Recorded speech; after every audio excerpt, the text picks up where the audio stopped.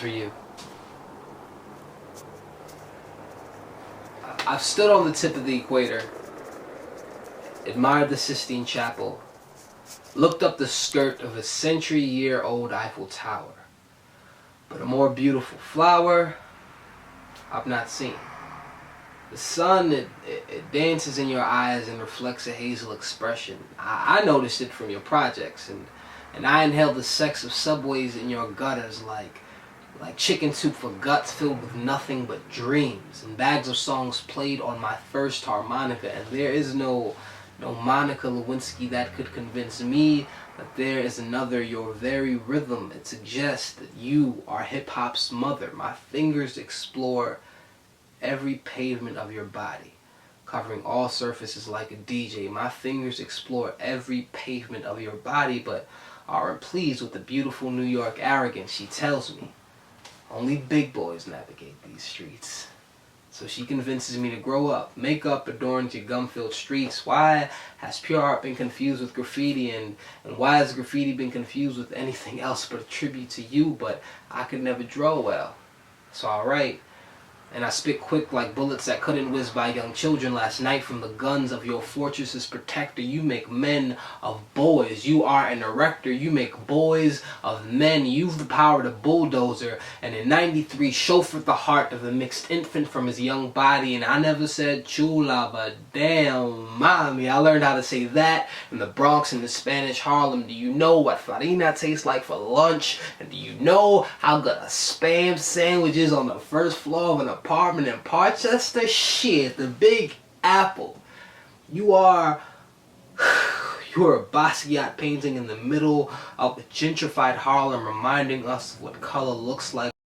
But our young girls have been reverse minstrel worlds, finding beauty in anything that look white, like clouds that never leave your skies, dripping wet, to teach us what one of New York's queens tastes like. Men bow at your feet, cause kings, they don't live here anymore, and if they did, there should be a borough named after the few of us remaining. Block parties in your streets, I can never dance well, but I remember the earth tilting on its axis when you shook Harlem. No wonder we've got juice like Eric B. and Rakim had in the 1980s. Rhythms crack babies, go to Queens to get the crew from Brooklyn, California and Manhattan, but never been took in. Go uptown to the Bronx and boogie down, get strong on the owl, recoup, lay around. I got juice like Arizona cans that cost $1, pure like the drugs young men sell to fund our love affair with you, because we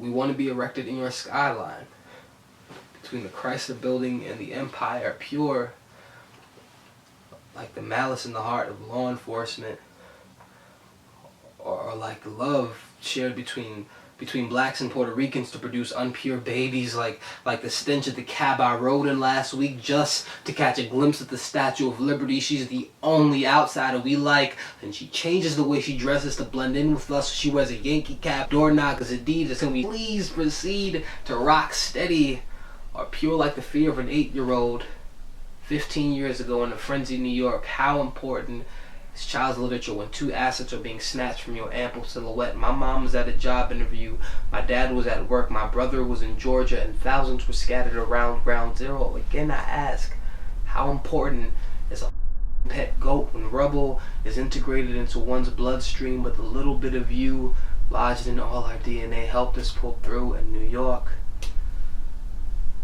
I haven't been able to pronounce the R in your name for some time. So it kind of sounds like I'm saying New York, which means new life. And like young birds, you grew wings, took flight, and carried your inhabitants' dreams. They shine like the gold ropes young men once died for, tightening against our throats and hanging us from telephone wire that hold up sneakers in any ghetto I spy with my New York eyes. 21st century Geppettos pulling the life strings of human puppets. Goodbye, Mr. Diallo, Sean Bell, Omar Edwards. Goodbye to young men holding hairbrushes in Brooklyn. I witnessed the hell lying on the tip of the equator, purgatory that is the Sistine Chapel, and track marks running up the thighs of a century-year-old Eiffel Tower, but a more beautiful flower, a more amazing perfection.